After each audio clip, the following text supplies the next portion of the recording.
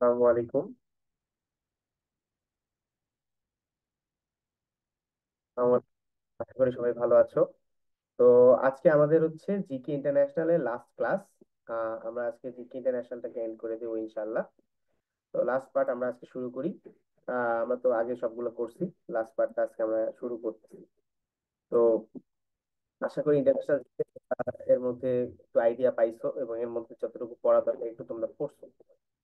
তো international GK এর পিছনে একটু সময় দিই, খুব বেশি সময় দেওয়ার দরকার নেই, বাট যতটুকু আসলে না দিলেই নয়। আমরা তোমাদেরকে পিডিএফ গুলো দিয়ে দিছি, আর ক্লাসগুলো তোমাদের আপলোড করা হচ্ছে। তো পিডিএফ গুলো একটু ফলো করে তোমরা একটু পড়ে নিও, তাহলেই মোটামুটি ইনশাল্লাহ হয়ে যাবে। তো আজকে যে প্রথম যে টপিকটা সেটা হচ্ছে ওয়ার্ল্ড নেশন এন্ড ট্রাইবস।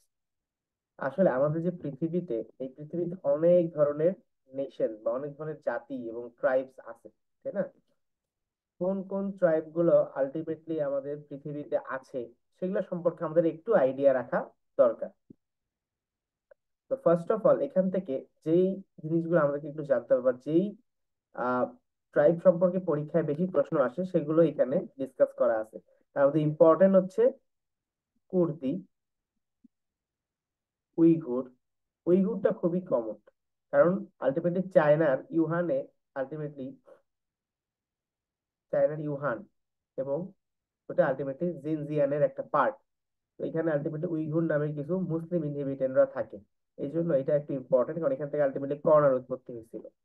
এরপরে রোহিঙ্গা, আমরা সবাই জানি মায়ানমার থেকে আসছে হচ্ছে রোহিঙ্গা।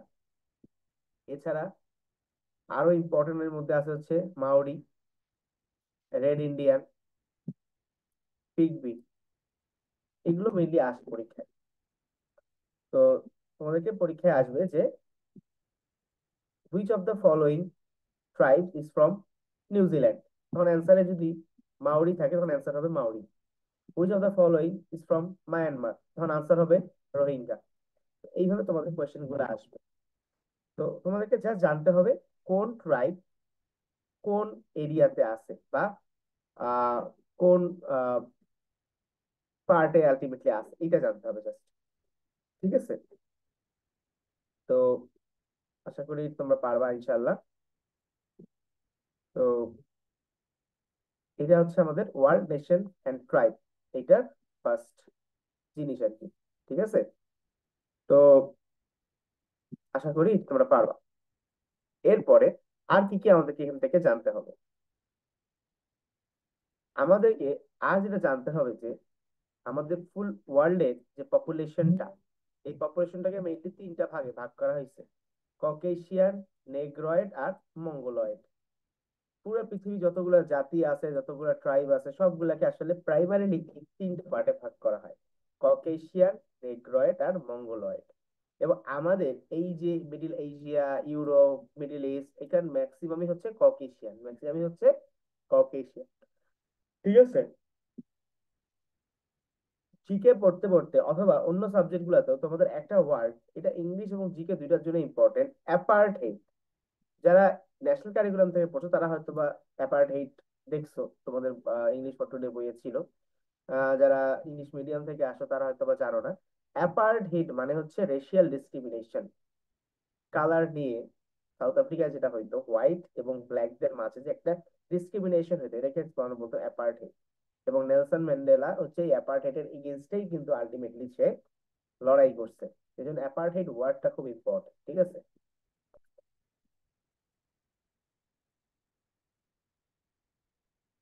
তো নোটেবল লিডার্স যেমন Nelson Mandela, Martin Luther King, Frantz Fanon, তারা আলটিমেটলি ব্ল্যাক পিপলদের রাইটস নিয়ে লড়াই করছে। ঠিক আছে? আচ্ছা, পৃথিবীতে ওভার 7,000 ল্যাঙ্গুয়েজ আছে। তার মধ্যে ইম্পর্টেন্ট ল্যাঙ্গুয়েজ সব থেকে বেশি ইউজ হয় সেটা হচ্ছে মান্দারিন বা চাইনিজ। চাইনিজেরই একটা টাইপ হচ্ছে মান্দারিন, এবং এই মান্দারিনটাই হচ্ছে ওয়ার্ল্ড ওয়াইড পৃথিবীতে সব থেকে বেশি ইউজ হয়। ঠিক আছে? এছাড়া মোস্ট ফরেন ল্যাঙ্গুয়েজ ইউজ হয় হচ্ছে ইউএসএ তে, 115।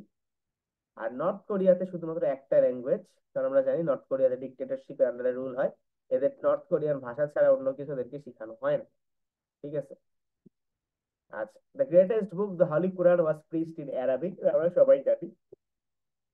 এটা আমাদেরকে আলাদা আলাদা আহামরি ভাবে পড়ার কিছু নেই, আমরা জানি আমাদের পবিত্র গ্রন্থ আল কোরআন কিন্তু আলটিমেটলি অ্যারাবিকেই প্রিচ করা হয়। বুদ্ধিস্ট স্ক্রিপচার ত্রিপিটক, বুদ্ধিস্টের যে স্ক্রিপচার সেটার নাম হচ্ছে ত্রিপিটক, এবং এটা হচ্ছে পালি নামের ল্যাঙ্গুয়েজে লেখা। ঠিক আছে। আর খ্রিস্টান এবং জিউয়ের একটা স্ক্রিপচার আছে ওল্ড টেস্টামেন্ট। এদের খ্রিস্টানদের যেমন বাইবেল আছে, জিউদের যেমন আহ তাওরা আছে বা তোরা আছে। এছাড়াও এদের একটা বই আছে, কমন বই, ওল্ড টেস্টামেন্ট, যেটা হচ্ছে হিব্রু ভাষা বা হিব্রু ল্যাঙ্গুয়েজে লেখা আছে। ঠিক আছে। রিটেন সিস্টেমের প্রথম আবিষ্কারক হচ্ছে ইজিপ্ট, মিশর। ইজিপ্টে ফার্স্ট রিটেন সিস্টেম স্ট্যাবলিশ হয়েছিল, এটা জানতে হবে। আচ্ছা, এরপরে হচ্ছে highest number of government languages. India is a very diverse country, it has there about 30 states, এবং এক একটা স্টেটে এক একটা অফিসিয়াল ল্যাঙ্গুয়েজ আছে। তো সব থেকে বেশি অফিসিয়াল ল্যাঙ্গুয়েজ আছে হচ্ছে ইন্ডিয়াতে। There about 22 government language are present in India.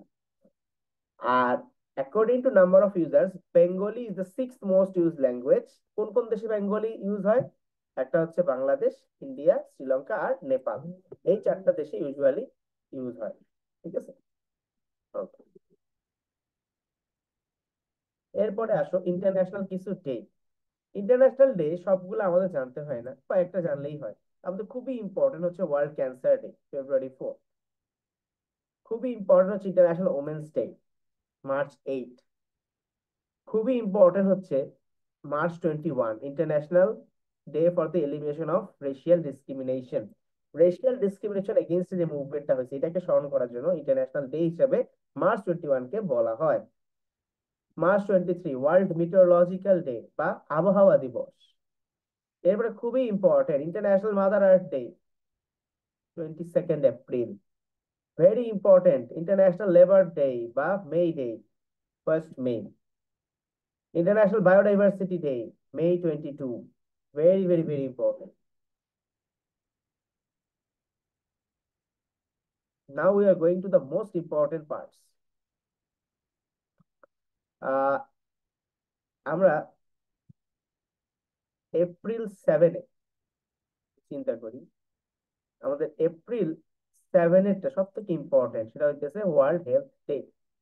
তাহলে April 7 world health day, most important one, এটা আসেই পরীক্ষাতে।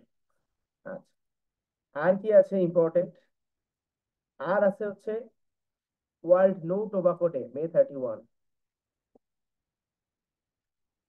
ইন্টারন্যাশনাল চিলড্রেন্স ডে, আমাদের দেশে চিলড্রেন্স ডে পালন করা হয় March 17, the birthday of Bangabandhu, but ultimately international children's day হচ্ছে 1 জুন। এটা important. Hiroshima Nagasaki day, August 6, August 9। এখানে আবার চলে আসে যে when was the bomb atom bomb dropped on Hiroshima, when was the atom bomb dropped on Nagasaki। এইটা পড়লে দুইটাই হয়ে যায়, তো এটা ইম্পর্টেন্ট। আর একটা জিনিস খুব ইম্পর্টেন্ট, মেডিকেলে আসে, ওয়ার্ল্ড ডায়াবেটিস ডে, November 14। আর world AIDS day, that is December 1। And human rights day, December 10। তো এগুলো আমাদেরকে অবশ্যই জানতে হবে। ঠিক আছে। যেই ডে গুলার কথা বললাম, এই ডে গুলা সচরাচর পরীক্ষায় আসে, এবং এই ডে গুলা ইউজুয়ালি পরীক্ষার জন্য ইম্পর্টেন্ট বেশি। তো এই ডে গুলো অবশ্যই ভালো মতো আমাদেরকে জানতে হবে বা পড়তে হবে। Okay? আচ্ছা, এরপরে ওয়ার্ল্ড এনভায়রনমেন্ট নিয়ে কিছু কথা আছে, যে ওজোন কাকে বলে, ওজোন লেয়ার কাকে বলে, ওজোন ডিপ্লিটিং গ্যাস গুলা কারা কারা, গ্রিন হাউস এফেক্ট কি, গ্রিন হাউস গ্যাসেস কারা। এইগুলো অলরেডি তোমরা কেমিস্ট্রিতে পড়ে আসছো, তোমাদের কেমিস্ট্রি পেপার 2 যে চ্যাপ্টার 1 আছে, এনভায়রনমেন্ট সম্পর্কে যা যা জানা দরকার তোমরা ওখানেই জানো। তো বেসিক্যালি এখান থেকে যদি তারপরেও কিছু মনে রাখতে হয়, সেটা হচ্ছে যে ওজোনের ফর্মুলাটা কি। তো আমরা জানি ওজোনের সিম্বল হচ্ছে O3। ওজোন লেয়ার কোনটাকে বলি? 20 to 30 kilometre of the stratosphere of the atmosphere. স্ট্র্যাটোস্ফিয়ারের চারপাশে 20 থেকে 30 কিলোমিটার রিজিয়নকে আমরা ওজোন লেয়ার বলি, এবং এই রিজিয়নে ওজোন গ্যাসের কনসেন্ট্রেশন কি হাইয়েস্ট থাকে। তো ওজোন লেয়ার হচ্ছে একটা প্রোটেক্টিভ লেয়ার, যেটা আমাদের আর্থকে হার্মফুল ইউভি রেজ থেকে প্রোটেক্ট করে, তাহলে সবাই জানে। ওজোন লেয়ারকে ডিস্ট্রয় করে যে গ্যাসগুলা, বা ওজোন লেয়ারকে ডিপ্লিট করে যে গ্যাসগুলা, তারা হচ্ছে সিএফসি, মিথেন বা মিথাইল, ক্লোরোফর্ম, হ্যালোনস, এগুলো এগুলো আমরা জানি সবাই। এরপরে গ্রিন হাউস ইফেক্ট, আমরা সবাই জানি গ্রিন হাউস ইফেক্ট কাকে বলে। গ্রিন হাউস ইফেক্টটা প্রথম কে ইউজ করছে এটা ইম্পর্টেন্ট, সুইডিশ কেমিস্ট সোভান্টে আরহেনিয়াস। এই নামটা তোমরা অবশ্যই জেনে যাবা, ঠিক আছে? এবং আলটিমেটলি এর কারণে পোলার আইস ক্যাপ মেল্ট হচ্ছে, হ্যান ত্যান, গ্লোবাল ওয়ার্মিং হচ্ছে, সবই তোমরা জানো, আলাদাভাবে পড়ার এখানে কিছু নাই, ঠিক আছে? এবং এ কি কি করতে পারে, এবং 1985-এ জেনাহাম শাকলি ইনি কি করছে, ইনি আলটিমেটলি বলছে যে আলটিমেটলি এই ওজোন লেয়ারের ডিপ্লিশনের কারণে, গ্রিন হাউস এফেক্টের কারণে এনভায়রনমেন্টে কি কি ক্ষতি হইতে পারে, পোলার আইস ক্যাপ গুলা মেল্ট হয়ে যেতে পারে, ওজোন লেয়ার ধ্বংস হয়ে যেতে পারে। So এই জিনিসগুলো এখানে তোমরা একটু অবশ্যই দেখে নিবা, ঠিক আছে? আচ্ছা, গ্রিন হাউস গ্যাস গুলার নাম এবং কোনটা রিলেটিভ এফেক্ট কত, সব থেকে বেশি রিলেটিভ এফেক্ট হচ্ছে কার্বন ডাই অক্সাইডের। এটা তোমরা কেমিস্ট্রিতেও পড়ছো। ওভারঅল রিলেটিভ এফেক্ট ওভারঅল সব সময় কার্বন ডাই অক্সাইডের বেশি, ঠিক আছে? এই এনভায়রনমেন্টের এগেইনস্টে কিছু মুভমেন্ট, মানে এনভায়রনমেন্টের ক্ষতির এগেইনস্টে কিছু মুভমেন্ট তৈরি হয়েছে, তার মধ্যে ইম্পর্টেন্ট হচ্ছে গ্রিন বেল্ট মুভমেন্ট, যেটা কেনিয়াতে হয়েছিল, আর চিপকো মুভমেন্ট, যেটা ইন্ডিয়াতে হয়েছিল। এছাড়া একটা খুবই ইম্পর্টেন্ট মুভমেন্ট যেটাকে আমরা বলি হচ্ছে রামসার মুভমেন্ট বা রামসার প্যাক্ট। ইরানের একটা সিটি যার নাম হচ্ছে রামসার। এখানে ইন্টারন্যাশনাল রামসার কনভেনশন সাইন হয়েছিল 1972-তে। ওয়ার্ল্ডের যে ন্যাচারাল যে ওয়েটল্যান্ড গুলো আছে, ওয়ার্ল্ডের যে ন্যাচারাল ওয়েটল্যান্ড, ওয়েটল্যান্ড বলতে জলভূমি, যেমন আমাদের সুন্দরবনের আশপাশে যে তোমার ম্যানগ্রোভ বন আমরা জানি, সুন্দরবন এর আশেপাশে কি আছে, পানির কিছু জায়গা আছে, যে জমিগুলোর মধ্যে পানি লাগানো আছে। এই যে ওয়েটল্যান্ড গুলো আছে, এইগুলোকে প্রোটেক্ট করার জন্য আলটিমেটলি দেখা গেছে যে তোমার ইন্টারন্যাশনাল রামসার কনভেনশন হয়েছিল 1972-তে। এবং এখানে টাঙ্গুয়ার হাওর এবং সুন্দরবনকে রামসার সাইট হিসেবে আলটিমেটলি লোকালাইজ করা হয়েছে এবং এদেরকে প্রোটেক্ট করার কথা বলা হয়েছে। তো এটা আমরা জানতে হবে বাংলাদেশের রামসার সাইট বা রামসার ভবন, রামসার প্লেস কোনগুলো, ঠিক আছে? এরপরে খুব ইম্পর্টেন্ট একটা কোয়েশ্চেন পরীক্ষায় মাঝে মাঝে আসে, E8 বলতে কি বুঝো? E8 হচ্ছে the top 8 polluting countries in the world. এর মধ্যে সব থেকে পলিউটেড কান্ট্রি হচ্ছে চায়না, ঠিক আছে? বাংলাদেশের আবার ক্লাইমেট চেঞ্জের এগেনস্টে কিছু স্পেশাল কন্ট্রিবিউশনের জন্য টাইটেল দেওয়া হয়েছিল চ্যাম্পিয়ন অফ দি আর্থ। এই টাইটেলটা দেয় হচ্ছে United Nations Environment Programme, UNEP. ঠিক আছে, এর হেডকোয়ার্টার কোথায়? এর হেডকোয়ার্টার হচ্ছে নাইরোবি, কেনিয়াতে, পরীক্ষায় আসে।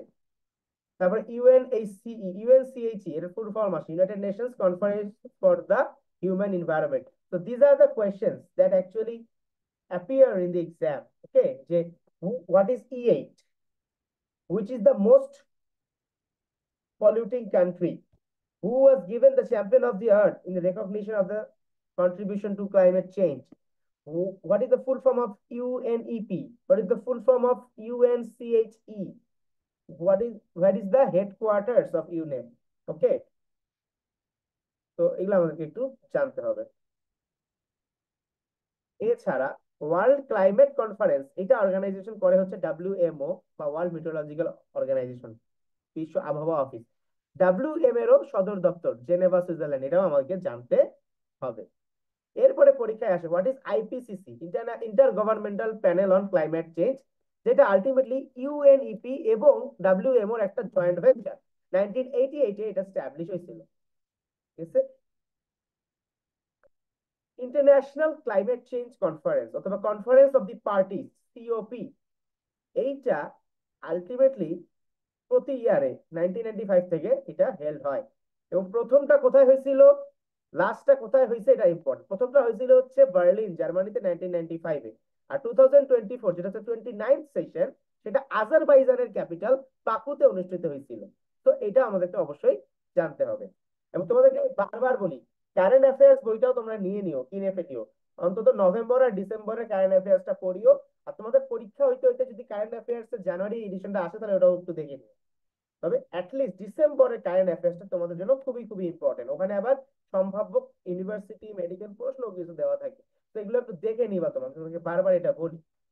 আচ্ছা, এরপর হচ্ছে V20 বা ভালনারেবল 20। ক্লাইমেট চেঞ্জ দ্বারা যেই কান্ট্রিগুলোর সব থেকে বেশি ক্ষতি হওয়ার সম্ভাবনা আছে, এগুলোকে আমরা বলি V20, দ্য ভালনারেবল 20।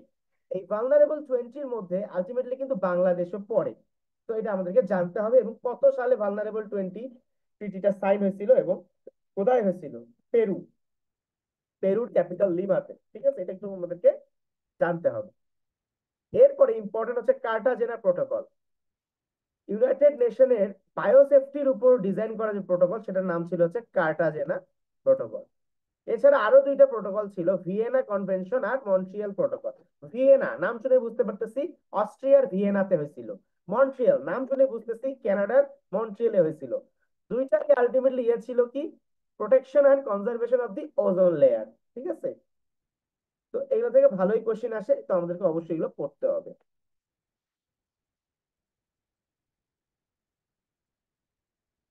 আচ্ছা, এরপরে আসো পলিটিশিয়ানস। আচ্ছা, পলিটিশিয়ানস যেটা, এইখানে আহ পলিটিশিয়ানস সম্পর্কে সবকিছু আমাদের জানা দরকার নেই।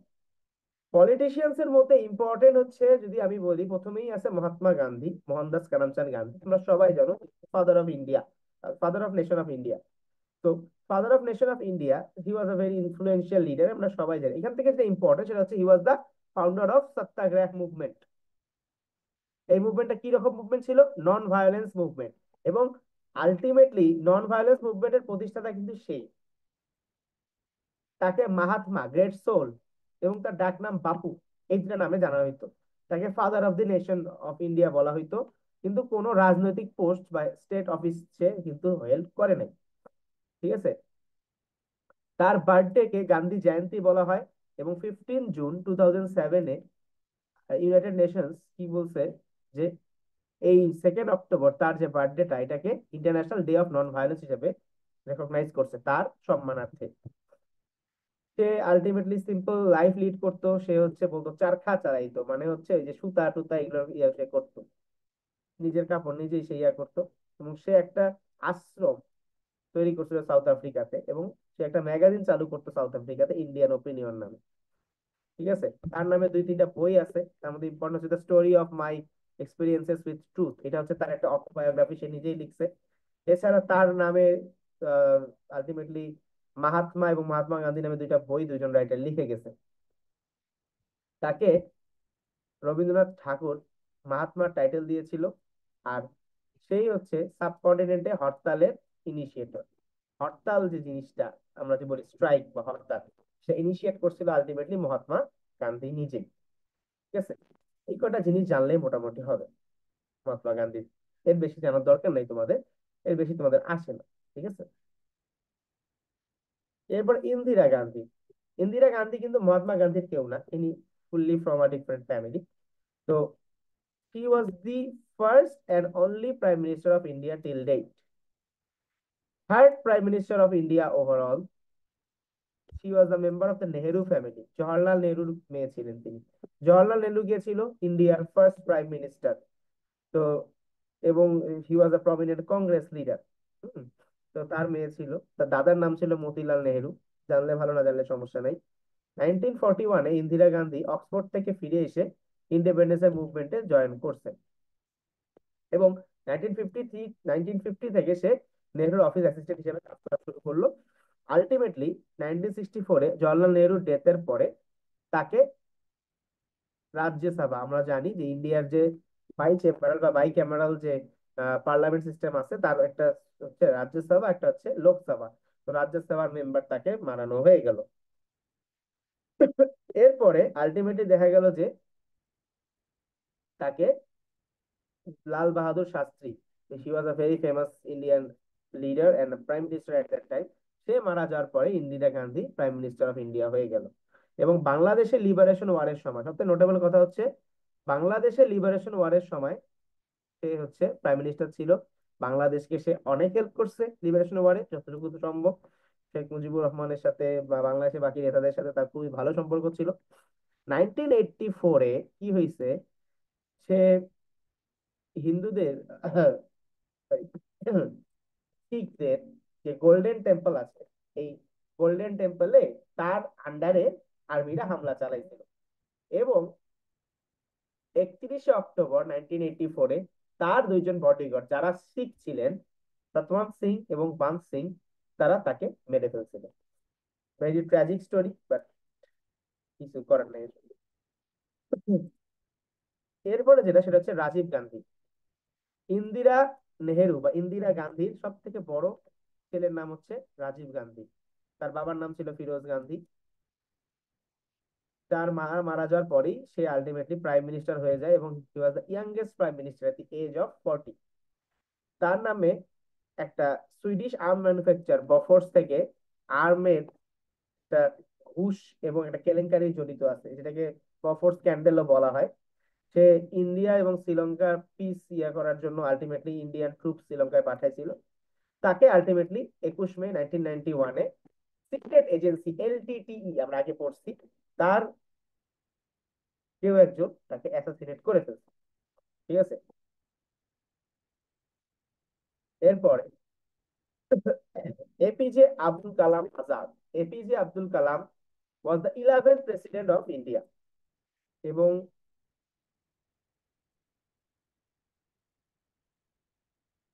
হি was the 11th president of republic of India. He was a scientist এবং তাকে বলা হয় মিসাইল ম্যান, কারণ সে ব্যালিস্টিক মিসাইলের ডেভেলপমেন্টের সাথে জড়িত ছিলেন। এবং তার একটা অটোবায়োগ্রাফিক্যাল বুক আছে, Wings of Fire, very very very famous book.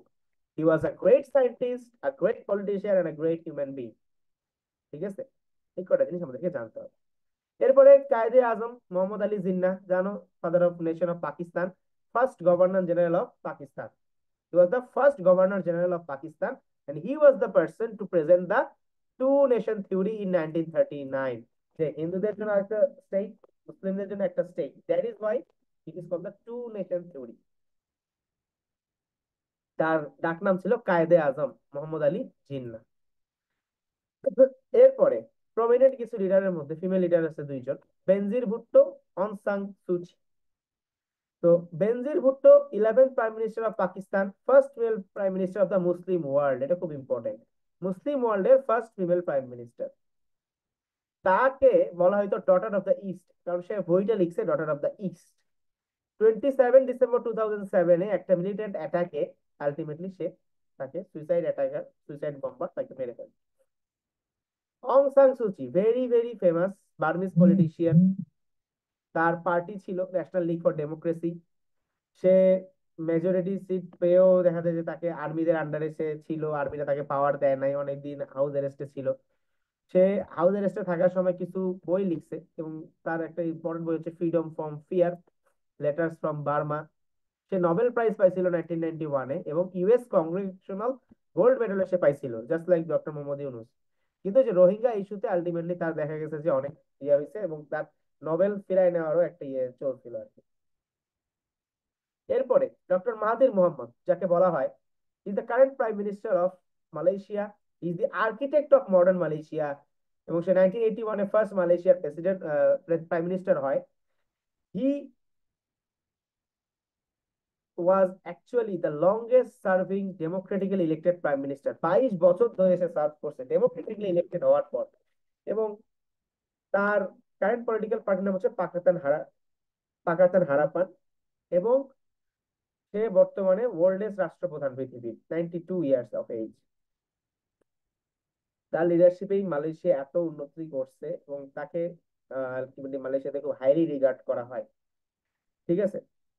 Malaysia my second home programme সে এস্টাবলিশ করছিল যাতে ফরেন ইনভেস্টমেন্ট মালয়েশিয়াতে বেশি করে আসে, and it was a very successful project. এরপরে sir Winston Churchill, English politician and writer, prime minister of British অথবা United Kingdom during World War 2। আমাদের বাংলাদেশে যে ফেমিন হয়েছিল 76-এর মনন্তর বলি আমরা, এই এই 1943-তে, 1776, 1943-তে যে আমাদের যে বড় ফেমিনটা হয়েছিল, যেটা আমাদের 76-এর মনন্তর বা 1376 বেঙ্গলি ক্যালেন্ডার যেটা বলা হয়। তো সেটার জন্য সে আর কি, তার আর কি পলিসিকে দোষ দেওয়া হয়। Nevertheless, he was a very, very famous politician and he was a writer. He is the only politician, or he is a politician, but he received a prize, Nobel Prize in literature. Say politician ছিল কিন্তু সে Nobel prize পাইছে লিটারেচারে, কারণ তার লেখা এতই ভালো ছিল। সে যখন রিপোর্ট গুলা লিখতো, আর্মিদের যে রিপোর্ট লিখতে হয়, তার এই রিপোর্ট গুলো আলটিমেটলি দেখা গেছে মানুষ বই হিসেবে পাবলিশ করে দিচ্ছে। ঠিক আছে। এবং ব্রিটিশ যে নিউজ পেপার গুলো ছিল, ডেইলি টেলিগ্রাফ, পিওনিয়ার, সবগুলাতে তার রিপোর্ট গুলো পাবলিশ করা হইতো। এবং নোবেল প্রাইজ পাইছিল সে 1953 ফর লিটারেচার। আর তার বই the history of Second World War খুব ফেমাস, ঠিক আছে। and in 2002 he was voted the greatest British citizen of all time in a BBC poll. He is a very famous person. Margaret Thatcher, first female prime minister of Britain, she is called the Iron Lady. Say revolutionary movement করে আসছিল ব্রিটেনের ইকোনমিতে, এই জন্য তাকে বলা হয় iron lady. তার পার্টির নাম ছিল কনজারভেটিভ পার্টি, এতটুকু জানলেই হবে। ক্রিস্টিয়ান ডি গল, তিনি ছিলেন ফ্রান্স থেকে, ঠিক আছে, এবং leader of the French freedom struggle, 18 president of French Republic, এতটুকু জানলেই হবে। এরপরে কি আছে, অ্যাডলফ হিটলার। হিটলার হিটলার ছিলেন অস্ট্রিয়ান বর্ন জার্মান পলিটিশিয়ান, তার জন্মভূমি কিন্তু অস্ট্রিয়াতে। নাজি পার্টি, নাজি পার্টি সবাই আমরা চিনি, নাৎসি বা নাজি, যেটা জিউদের এগেনস্টে যারা কাজ করতো, সেই পার্টির লিডার ছিল। জার্মানির চ্যান্সেলর ছিল অনেক বছর, 12 বছর, এবং ওয়ার্ল্ড ওয়ার ওয়ানে সে একজন সোলজার ছিল, তারপরে সে লিডার হয়ে গেল। এক্সিয়াল যে ফোর্স ছিল তার হেড ছিল সে ওয়ার্ল্ড ওয়ার টুতে, এবং সে অনেক অনেক ইহুদিকে মেরে ফেলছিল, ঠিক আছে। তার ইম্পর্টেন্ট জিনিস হচ্ছে যে আহ তার একটা ইম্পর্টেন্ট কোট আছে, he believed war is life, war is universal. তার অটোবায়োগ্রাফির মানে বই একটা আছে অটোবায়োগ্রাফিক্যাল, তার নাম হচ্ছে মেইন ক্যাম্প, ঠিক আছে। সে একজনকে নোবেল প্রাইজ দিতে বাধা করছিল, যে আসলে চিকিৎসা শাস্ত্রে একজন নোবেল প্রাইজ পাওয়ার কথা ছিল, ডোম্যাক, তার নোবেল প্রাইজটাকে সে আটকাই দিছিল। তার জুইশ যে এক্সটারমিনেশন ছিল সেটার নাম হচ্ছে হলোকাস্ট, পৃথিবী জুড়ে সেটা হচ্ছে হলোকাস্ট নামে পরিচিত। আচ্ছা, ওয়ার্ল্ড ওয়ার টু কিভাবে শুরু হয়, 1939-এ যখন জার্মান হচ্ছে পোল্যান্ডকে অকুপাই করে, এবং তখন ব্রিটেন এবং ফ্রেঞ্চ যারা আছে তারা এসে ওখানে ইন্টারভিন করে। তো এই কটা জিনিস জানলেই হবে, আরো ডিটেলস অত জানার দরকার নেই। আচ্ছা, বেনিতো মুসোলিনি সম্পর্কে অত কিছু দরকার নেই, just he was the commander in chief of Italy during World War two. আর তার পার্টির নাম ছিল ন্যাশনাল ফ্যাসিস্ট পার্টি। আর he was fighting on the behalf of the axial powers, he was very good friend of Hitler. আর 1945 সে যখন পালাইতেছিল সুইজারল্যান্ডে, তাকে কমিউনিস্টরা ধরে মেরে ফেলছে। Vladimir Lenin, very very famous Marxist Russian. Marxist Karl Marx নামের একজন রাশিয়ান ফিলোসফার ছিলেন। তিনি যে প্রিন্সিপাল গুলা নিয়ে চলতেন বা যেই প্রিন্সিপালের পলিটিক্স করতেন, সেটাকে বলা হয় মার্কসবাদী বা Marxist. So Lenin was a direct student of Karl Marx and he was a very famous student of Karl Marx. Lenin হচ্ছে অক্টোবর এবং গ্রেট নভেম্বর রেভলিউশন বা রাশিয়ান রেভলিউশনের মেইন লিডার ছিল, first head of state of Soviet union. তাকে influential figure একদম ধরা হয়। আর সে, তাকে বলা হয় father of the Soviet union. তিনি হচ্ছে ইন্টারন্যাশনাল কমিউনিস্ট মুভমেন্টের মেইন লিডার। সে 1924-এ সে মারা গেছে, কিন্তু তার বডি এখনো লেনিন গ্রাদ বা লেনিন মিউজিয়াম এখানে স্টোর করে রাখা আছে, যেটা হচ্ছে মস্কো রেড স্কোয়ারে অবস্থিত, ঠিক আছে। এরপরে কিছু আছে রেভলিউশনারি পিপল, তার মধ্যে ইম্পর্টেন্ট হচ্ছে চে গুয়েভারা, আর্জেন্টাইন বর্ন ডক্টর, এবং কিউবান রেভলিউশনে একটা কি ফিগার। তাকে 9 অক্টোবর 1967-এ বলিভিয়াতে এক্সিকিউট করা হয়েছে। তার ফেমাস বইয়ের নাম হচ্ছে গেরিলা ওয়ারফেয়ার। হো চি মিন ভিয়েতনামিজ কমিউনিস্ট রেভলিউশনারি লিডার ছিলেন, সে প্রাইম মিনিস্টারও ছিলেন ভিয়েতনামের। তাকে আঙ্কেল হো হিসাবে ডাকা হইতো। ভিয়েতনামের ইন্ডিপেন্ডেন্স স্ট্রাগলের সে মেইন লিডার ছিল, ঠিক আছে। এবং তার নামে সাউথ ভিয়েতনাম যখন আগে ছিল, ওটার একটা সিটি হো চি মিন সিটির নামে নামকরণ করা হয়েছে তার সম্মানার্থে। এরপরে Napoleon Bonaparte, very very famous leader. He was a French emperor and a French general during the French Revolution, first consul of French Republic, emperor of France. তার ইম্পর্টেন্ট জিনিস হচ্ছে যে তাকে এম্পায়ার নেপোলিয়ন বলা হয়েছিল বাই পোপ পায়াস। তিনি তাকে দেখে এতটা মুগ্ধ হয়েছিল পোপ পায়াস, যে বলছে এম্পায়ার অফ ফ্রান্স। সে একদম খুবই দুর্ভাগ্য, মানে একদম দুর্জয় একজন লিডার ছিলেন এবং খুবই পাওয়ারফুল একজন লিডার ছিলেন। তাকে Duke of Wellington battle of ওয়াটারলুতে 1815-এ হারায় ফেলছিল এবং তাকে আলটিমেটলি এক্সাইলে পাঠিয়ে দিয়েছিল হচ্ছে সেন্ট হেলেনা আইল্যান্ড। আটলান্টিক ওশেনের একটা আইল্যান্ড আছে সেন্ট হেলেনা আইল্যান্ড, সেখানে তাকে বনবাসে পাঠিয়ে দেওয়া হয়েছিল। সে মোহাম্মদ সে বলছিল যে মোহাম্মদিয়ান রিলিজিয়ন অথবা Mohammedanism is the best of all religion, মানে আমাদের ধর্মকে সে খুব পছন্দ করতো। যদিও সে একজন প্রাণপণ ক্যাথলিক ছিলেন, বাট আমাদের ধর্মকে সে খুব পছন্দ করত। এবং একটা সে যখন সেন্ট হেলেনাতে ছিল, একটা ক্রিটিক কি করছিল, মোহাম্মদ সাল্লাহ সাল্লামের হযরত মোহাম্মদ সাল্লাহ সাল্লামের এগেনস্টে একটা বাজে একটা প্লট করছিল বা একটা মানে ড্রামা বানাইছিল এবং ওখানে একটু কটূক্তি করছিল, সে এটা স্ট্রং মনে করো বিরোধিতা করছে। তার দুইটা কথা আছে, impossible is a word which is found in the fool's dictionary, give me a good mother, I will give you a good nation. He was a very famous leader. Yasir Arafat, Palestinian leader. He was the chairman of PLO, Palestine Liberation Organization.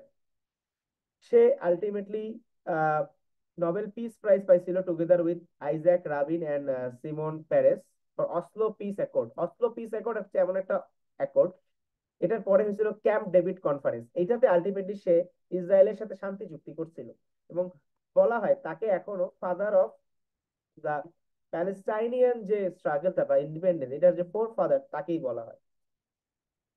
Mustafa Kamal Ataturk, এনার সম্পর্কে এতটুকু জানতে হবে, founder of the modern Turkish empire, he was known as Ataturk বা father of Turkey. তার ডক্ট্রিনকে বলা হয় কেমালিজম। সে ফরমার খালিফেটকে অ্যাবলিশ করে তাকে অটোমান এম্পায়ারকে মডার্ন এবং ওয়েস্টার্ন বানাইছিল। ঠিক আছে। এরপরে মাও সেতুং চাইনিজ রেভলিউশনারি ছিল। তার একটা ইম্পর্টেন্ট একটা প্রপোজিশন ছিল গ্রেট লিপ ফরওয়ার্ড। সে চাইনিজ কমিউনিস্ট পার্টির ফাউন্ডার ছিল, এতটুকু জানলেই হবে। এরপরে ভেরি ইম্পর্টেন্ট দুইজন, নেলসন ম্যান্ডেলা আর হচ্ছে ফিডেল কাস্ত্রো।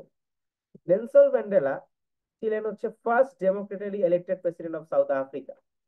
তাকে মাদিবা নামে ডাকা হইতো খুব ভালো মতো। তাকে এই নামটাই বেশি, আরো অনেক নাম আছে বাট এই নামে তাকে বেশি ডাকা হইতো। সে 27 সাল জেল খাটছিল কারণ সে হোয়াইট বা শ্বেতাঙ্গদের শাসনের এগেনস্টে সে লড়ছিল। He was the founder of the African National Congress. সে লাইফে 250 বেশি অ্যাওয়ার্ড পাইছে। He was the main man against apartheid, এবং অ্যাপার্টহেডকে সে বন্ধ করে দিছিল। এবং সে আলটিমেটলি নোবেল পিস প্রাইজও কিন্তু পাইছে। তার একটা বই আছে a long walk two freedom. তার নেটিভ ভিলেজ কুনুতে তাকে বাড়ি করা হয়েছিল। এই কয়টা জিনিস জানলেই হবে। তারপরে Fidel Castro, Cuban politician and socialist revolutionary. সে কিউবান রেভলিউশনের মেইন লিডার ছিল, প্রাইম মিনিস্টার অফ কিউবা ছিল অনেক বছর। তারপরে প্রেসিডেন্ট অফ কিউবা হিসেবে সে ছিল। সে কিন্তু কখনো হারে নাই, সে নিজেই রিটায়ার করছে, officially announce resignation as the president. এবং সে মারা গেছিল হচ্ছে November 25, 2016-এ। হি ওয়াজ অ্যাকচুয়ালি মানে ওয়ার্ল্ড লিডার্স এর যদি চিন্তা করি, he was one of the most famous world leaders and one of the most likeable person by the people of his own country. তো এই কয়টা জিনিস তোমাদেরকে একটু জানতে হবে ওয়ার্ল্ড লিডার্স সম্পর্কে। এরপরে যে সেকশন গুলো আছে, এই সেকশন গুলোর মধ্যে আছে ওয়ার্ল্ড অ্যাওয়ার্ডস এন্ড অনার্স। এর মধ্যে খুবই ইম্পর্টেন্ট হচ্ছে নোবেল প্রাইজ। তো নোবেল প্রাইজটা শুরু হয় 1901-এ। ইনিশিয়েটর হচ্ছে আলফ্রেড নোবেল। আলফ্রেড নোবেলকে আমরা সবাই জানি। তিনি হচ্ছে কি ছিলেন, তিনি একজন সুইডিশ সায়েন্টিস্ট ছিলেন। তিনি ডায়নামাইট আবিষ্কার করছিল। কি আবিষ্কার করছিল? ডায়নামাইট। এবং তার ডায়নামাইটই আলটিমেটলি ইউজ করা হয় মিলিটারি এক্সপ্লোসিভ হিসেবে। হ্যাঁ, ব্যালিস্টিক মিসাইল অথবা ডায়নামাইট, আমরা যদি এক কথা বলি ডায়নামাইট, তার মেইন ইনভেনশন হচ্ছে ডায়নামাইট। এবং ওইটা পরে সে প্রচুর পরিমাণ অর্থ পাইছিল এবং এই অর্থগুলা দিয়েই সে আলটিমেটলি নোবেল প্রাইজের উইল বানায় গেছিল। সে যে উইল বানাইছিল সেখানে ফিজিক্স, কেমিস্ট্রি, মেডিসিন, পিস এবং লিটারেচারে যারা এক্সেলেন্স শো করবে ফুল ওয়ার্ল্ডে এবং হিউম্যান লাইফকে চেঞ্জ করার মতো কোনো কিছু রেভলিউশনারি কিছু করবে, তাদেরকে নোবেল প্রাইজটা দেওয়া হবে। ইকোনমিক্সটা আগে ইনক্লুডেড ছিল না, কিন্তু পরে পরবর্তীতে 1969 থেকে রয়্যাল সুইডিশ একাডেমি এবং সুইডিশ সেন্ট্রাল ব্যাংক একটা হিউজ অ্যামাউন্ট অফ টাকা ডোনেট করে ইকোনমিক্সকেও এখানে ইনক্লুড করছে। ঠিক আছে। তোমাদের জন্য যেটা ইম্পর্টেন্ট সেটা হচ্ছে যে কোন কোন অর্গানাইজেশন, কোন কোন সাবজেক্টে নোবেল অ্যানাউন্স করে। তো রয়্যাল সুইডিশ একাডেমি থেকে এই কয়টা আসে, সুইডিশ একাডেমি থেকে এই কয়টা আসে, তারপরে তোমার ক্যালোনিস্কা ইনস্টিটিউট থেকে এইটা আসে, রনেজিয়ান নোবেল কমিটি থেকে এইটা আসে। মানে কোন অর্গানাইজেশন কোন প্রাইজটা দেয়। নোবেলের মেইনলি সেক্টর হচ্ছে 6টা। এই 6টা সেক্টরের মধ্যে কোন সেক্টরের প্রাইসটা কোন অর্গানাইজেশন থেকে অ্যানাউন্স হয় এটা জানতে হবে। এবং প্রতিটা সেক্টরে ফার্স্ট নোবেল প্রাইজ উইনারটা কে এটা জানতে হবে, ভেরি ইম্পর্টেন্ট। ইয়ার না জানলেও চলবে, কারণ ইয়ার খুবই সিম্পল। 1901 ফার্স্ট নোবেল দেওয়া হয় সবগুলাতে, জাস্ট ইকোনমিক্স একটা দেওয়া হয় 1969। Nobel laureates of the subcontinent, আমাদের সাবকন্টিনেন্টে কারা কারা নোবেল প্রাইজ পাইছে তার মধ্যে খুবই ইম্পর্টেন্ট হচ্ছে doctor Mohammad Yunus, Amartya Sen, professor Abdul Salam, mother Teresa, Rabindranath ঠাকুর, আর সব থেকে youngest Nobel laureate Malala Yousafzai from Pakistan. Children rights এর এগেনস্টে বা চিলড্রেন রাইটস এর জন্য সে লড়াই করছিল। ডক্টর ইউনুস কেন সেটা তো জানো, গ্রামীণ ব্যাংক এবং মাইক্রো ক্রেডিট। এখানে কিছু ইম্পর্টেন্ট ইনফরমেশন আছে যে মুসলিম ফিলোসফার সর্বপ্রথম কে পাইছিল, অ্যারাব রাইটার সর্বপ্রথম কে পাইছিল, এই জিনিসগুলা। মুসলিম উইমেন সর্বপ্রথম কে পাইছিল, ইয়াংগেস্ট কে, first women to win a Nobel prize কে কে। এর মধ্যে ইম্পর্টেন্ট হচ্ছে ম্যারি কিউরি, কারণ সে দুইটা বিষয়ে নোবেল পাইছে, ফিজিক্স এন্ড কেমিস্ট্রি। দুইটা বিষয়ে সে নোবেল পাইছে এবং she was the first women to win the Nobel in both the sectors. Such a talented person she was. Her husband Pierre Curie was also a Nobel Prize winner. ঠিক আছে, এরপরে আসে যে multiple Nobel, এইগুলো দেখে নিবা। 3জন people আজ পর্যন্ত নোবেল প্রাইজ রিজেকশন করছে এবং কোন কোন সেক্টরে করছে এটা দেখে নিবা। তার মধ্যে ইম্পর্টেন্ট হচ্ছে লিটারেচারে জিন পল সার্ত্রে, তিনি হচ্ছে রিজেক্ট করছিল। আর পিসে লি ডুক থু, সে হচ্ছে রিজেক্ট করছিল। নোবেল প্রাইজ পাইছে কিন্তু রিজেক্ট করছে, চিন্তা করা যায়। এক্সেপশনাল কিছু ফ্যাক্ট আছে, যেমন ওই যে বলছিলাম উইনস্টন চার্চিল পলিটিশিয়ান হয়েও লিটারেচারে নোবেল পাইছে, গ্রামীণ ব্যাংক ফাইন্যান্সিয়াল ইনস্টিটিউশন হয়েও পিসে নোবেল পাইছে। এই জিনিসগুলো একটু জানতে হবে। বুকার প্রাইজ হচ্ছে যারা রাইটার তাদের জন্য সব থেকে বড় প্রাইজ, ব্রিটেন থেকে দেওয়া হয়, এটা ultimately Booker prize for fiction বলা হয়। এর মধ্যে ইম্পর্টেন্ট হচ্ছে যে লাস্ট বুকার প্রাইজটা কে জিতছিল এবং কোন বইয়ের জন্য জিতছিল, সামান্তা হারভি ফর অরবিটাল। আর বুকার প্রাইজের শর্ত হইতেছে যে either you have to be a country from the Commonwealth, you have to be a writer from the Commonwealth country, এবং ইংলিশটাকে অবশ্যই রিটেন হইতে হবে ইংলিশে, মানে জিনিসটাকে অবশ্যই ইংলিশে রাইট করতে হবে। আমাদের এশিয়ার নোবেল বলা হয় মাকসাসে প্রাইজ কে বা মাকসাসে অ্যাওয়ার্ড কে, ফিলিপাইন্সে অরিজিনেট হয়েছিল এবং এটা রক ফেলার ট্রাস্টের আন্ডারে চলে। এইটা কি কি সেক্টরে দেওয়া হয় এটা দেখে নিবা। এবং বাংলাদেশিদের মধ্যে কারা কারা ম্যাকসাসে পাইছে ইম্পর্টেন্ট হচ্ছে ফজলে হাসান আবেদ, ব্র্যাকের founder, doctor Mohammad Yunus, doctor Zafrullah Chowdhury, যারা হচ্ছে আমাদের গণস্বাস্থ্য ইনস্টিটিউটের সে হচ্ছে স্ট্যাবলিশার। এছাড়া ইম্পর্টেন্ট হচ্ছে তোমার অ্যাঞ্জেলা গোমেজ, সাইয়েদা রিজওয়ানা হাসান, এই জিনিসগুলো একটু করলেই হবে। এরপরে যেটা ইম্পর্টেন্ট সেটা হচ্ছে একাডেমি অ্যাওয়ার্ড। একাডেমি অ্যাওয়ার্ড বা অস্কার অ্যাওয়ার্ড কারা কারা পাইছে। এর মধ্যে latest Oscar award Oppenheimer from directed by Christopher Nolan, এটা। পুলিৎজার প্রাইজ এত ইম্পর্টেন্ট না, কেনস ফিল্ম ফেস্টিভ্যালে লাস্ট অ্যাওয়ার্ডটা কে পাইছে এটা একটু দেখে নিবা। আদার অ্যাওয়ার্ডের মধ্যে যে ইম্পর্টেন্ট যে এই অ্যাওয়ার্ড গুলো আসলে কোন কোন দেশে কিসের কিসের জন্য দেওয়া হয়। ইম্পর্টেন্ট হচ্ছে millennium peace prize award, SAARC award, champion of the earth award. এরপরে আহ এর মধ্যে ইম্পর্টেন্ট হচ্ছে order of the British empire, order of merit, Victoria cross, মানে কোন কোন বিষয়টা দেওয়া হয়, নাইটহুড। তারপরে হচ্ছে প্রেসিডেন্সিয়াল মেডেল অফ ফ্রিডম। এই জিনিসগুলা যে কোন কোন দেশের মানে কোন কোন অ্যাওয়ার্ড কি কি কারণে দেওয়া হয়, পদ্মা ভূষণ, ভারত রত্ন, পদ্মশ্রী, এই জিনিসগুলো একটু দেখে নিবা। ঠিক আছে, এরপরে world first, first largest smallest longest highest আর ডিপেস্ট, এইটা সবগুলাই একটা গ্ল্যান্স তোমাদেরকে দেখে যাইতে হবে। ঠিক আছে, তো কারণ এটার থেকে যে কোনো খান থেকে প্রশ্ন আসতে পারে। আমরা উপরে যেগুলা যেগুলা পড়ছি এখান থেকে অনেক কিছু এখানে আছে। এগুলা এই চার্ট গুলা অবশ্যই তোমাদেরকে ভালো মতো পড়তে হবে, যে ওয়ার্ল্ডের first cloned animal, cloned baby, ওয়ার্ল্ডের ফার্স্ট কোন মানুষটা স্পেসে গেছে না গেছে, এই জিনিসগুলো অবশ্যই তোমাকে জানতে হবে। তো এই টেবিল গুলো, এই চার্ট গুলা অবশ্যই জানতে হবে সবগুলা। এখানে আসলে কমায় দেওয়ার কিছু নাই। তো ওয়ার্ল্ডের লার্জেস্ট, স্মলেস্ট, লংগেস্ট, হাইয়েস্ট আর ডিপেস্ট এর চার্ট সবগুলো আমাদেরকে জানতে হবে। এটা কমানোর কোনো বুদ্ধি নাই, যতগুলা আছে এখানে কম করেই দেওয়া হয়েছে। একদম যেগুলো না জানলেই নয় সেগুলোই দেওয়া আছে। এই হাইট টাইট, এই যে কোথায় আছে না আছে এত ডিটেলস দরকার নাই, জাস্ট নামগুলা দেখে যাবে। হাইট, লেন্থ, ডেপথ এত কিছু দরকার নেই, জাস্ট কোথায় আছে এবং নামটা কি এটা দেখে যাবে। ওয়ার্ল্ড স্পোর্টস এর মধ্যে অলিম্পিক গেমস, অলিম্পিক গেমসটা কবে শুরু হয়েছে, কখন মাঝখানে থামানো হয়েছিল, মডার্ন অলিম্পিক্স এর ফাউন্ডার কে, প্রথম অলিম্পিক্সে কতজন পার্টিসিপেট করছে, ফার্স্ট অলিম্পিক ফ্ল্যাগ কবে হয়েস্ট করা হয়েছে, current president of the International Olympic Committee কে, উমেনরা কখন পার্টিসিপেট করছে প্রথম, অলিম্পিক মিউজিয়ামটা কোথায়, বাংলাদেশ প্রথম কবে পার্টিসিপেট করছে এবং কম্পিটিটরটা কে ছিল, 2024 অলিম্পিক্স কোথায় হয়েছে, 28 এরটা কোথায় হবে, আর স্পেশাল অলিম্পিক্স কে কি বলা হয়, প্যারালিম্পিক্স বলা হয়। এই কয়েকটা জিনিস জানলেই হবে, আর বাকি না জানলেও চলবে। সব থেকে বেশি অলিম্পিক হেল্ড হয়েছে কোথায়, লন্ডনে 3 বার। ক্রিকেট, ক্রিকেট সম্পর্কে বেশি কিছু জানা দরকার নাই, recent information, just recent.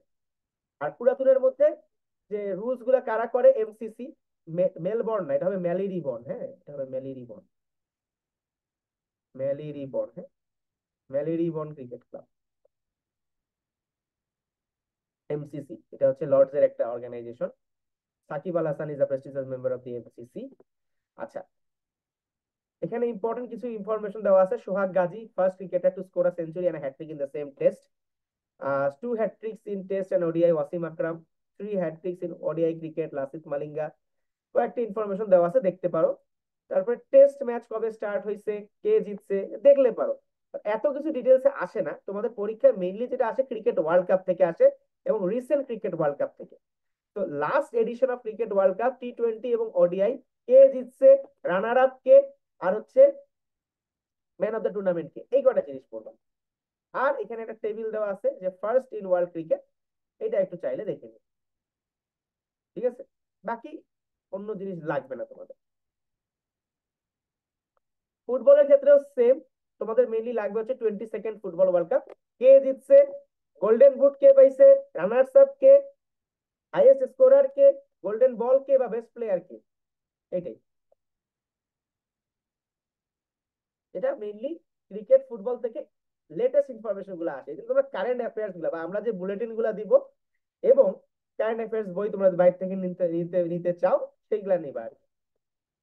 Sports organisation, sports অর্গানাইজেশনের মধ্যে ইম্পর্টেন্ট হচ্ছে আইসিসি, ফিফা, আইওসি এবং ইউএফআর। হেডকোয়ার্টার কোথায়, কারেন্ট চিফের নাম, শেষ। মোটামুটি এগুলা পড়লেই তোমাদের হবে। লাস্ট যে টপিকটা তোমাদের আছে সেটা হচ্ছে অ্যাব্রিভিয়েশন। আসলে অ্যাব্রিভিয়েশন এত বেশি তোমাদের দরকার নাই, কয়েকটা জানতে হবে। যেমন এবিএস, এডিবি, তারপরে এইডস, জানোই তো তোমরা, এএম, এএনসি,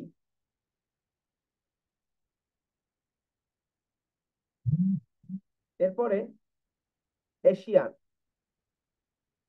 এদিক থেকে CGPA, CIA, CID, CARE, very important, আমাদের দেশে আছে। BIMSTEC, very very important.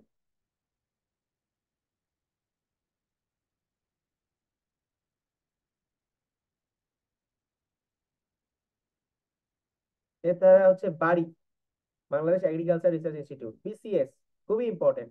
BBC, very very important. BCG, BCG vaccine, very important. BTRC, টেলিকমিউনিকেশনের জন্য বাংলাদেশে। এই কটা জানলে ফার্স্ট পেজ এনাফ। সেকেন্ড পেজের মধ্যে যদি দেখি, সেকেন্ড পেজে দেখি, ইম্পর্টেন্ট হচ্ছে সিএনএ, সেন্ট্রাল নিউজ এজেন্সি, তারপরে CTBT, CTBTO, CIRDAP, EU,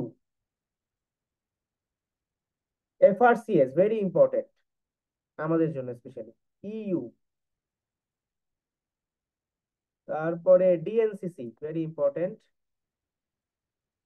GMT, very very important, GATT, very important.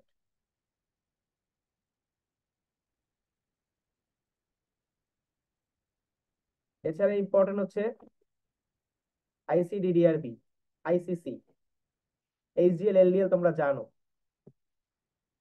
ইকোসক important, এফটা important.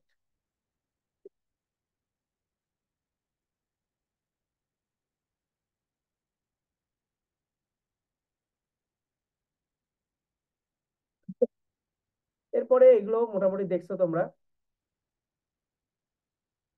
এর মধ্যে এলটিটি,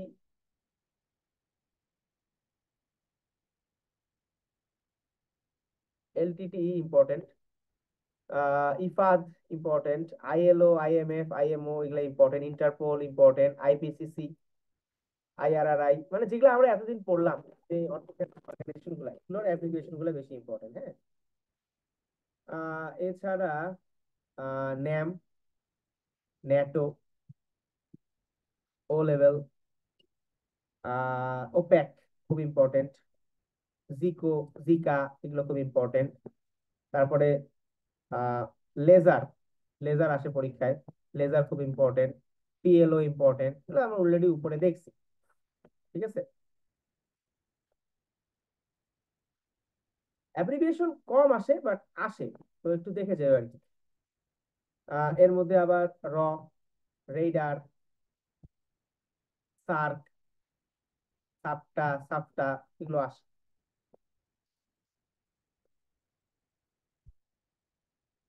এছাড়া ইউএই, ইউকে, ইউএসএ এত জানো, ইউএস এইট, ভেরি ইম্পর্টেন্ট। এখান থেকে ডাব্লিউটিও ইম্পর্টেন্ট,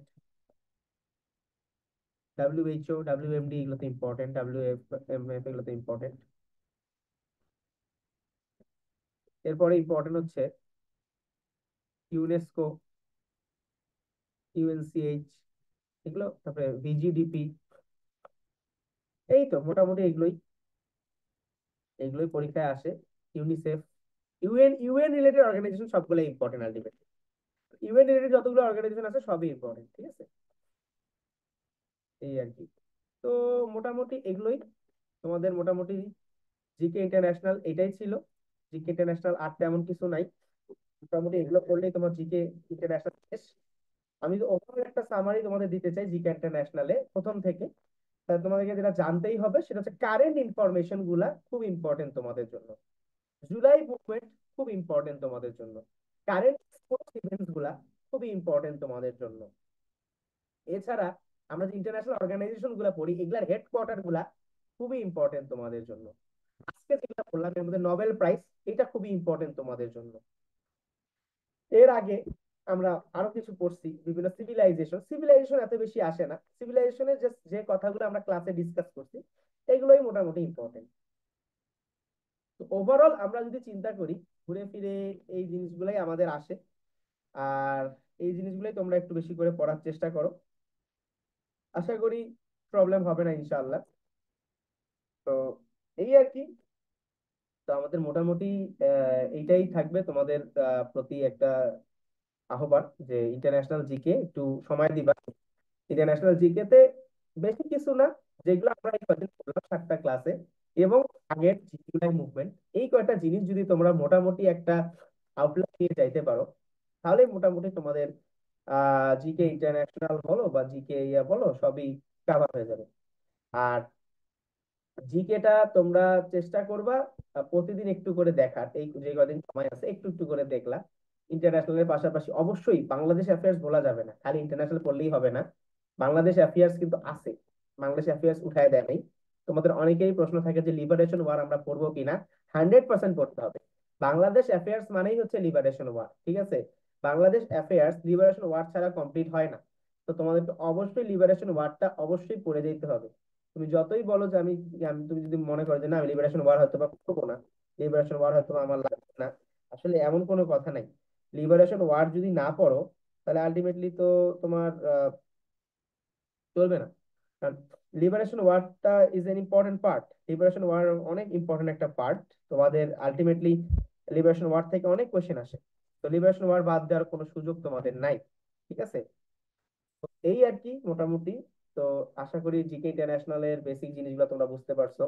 তার মধ্যে অনেক সময় ইম্পর্টেন্ট কিছু ইনফরমেশন, যেমন আমরা কয়েকদিন ধরে পড়তেছি যে ওয়ার্ল্ডস লার্জেস্ট, ওয়ার্ল্ডস ডিপেস্ট, তারপরে কয়েকদিন আগে আমরা পড়লাম রিভার্স, তারপরে প্যাক্টস, তারপরে বর্ডার লাইন।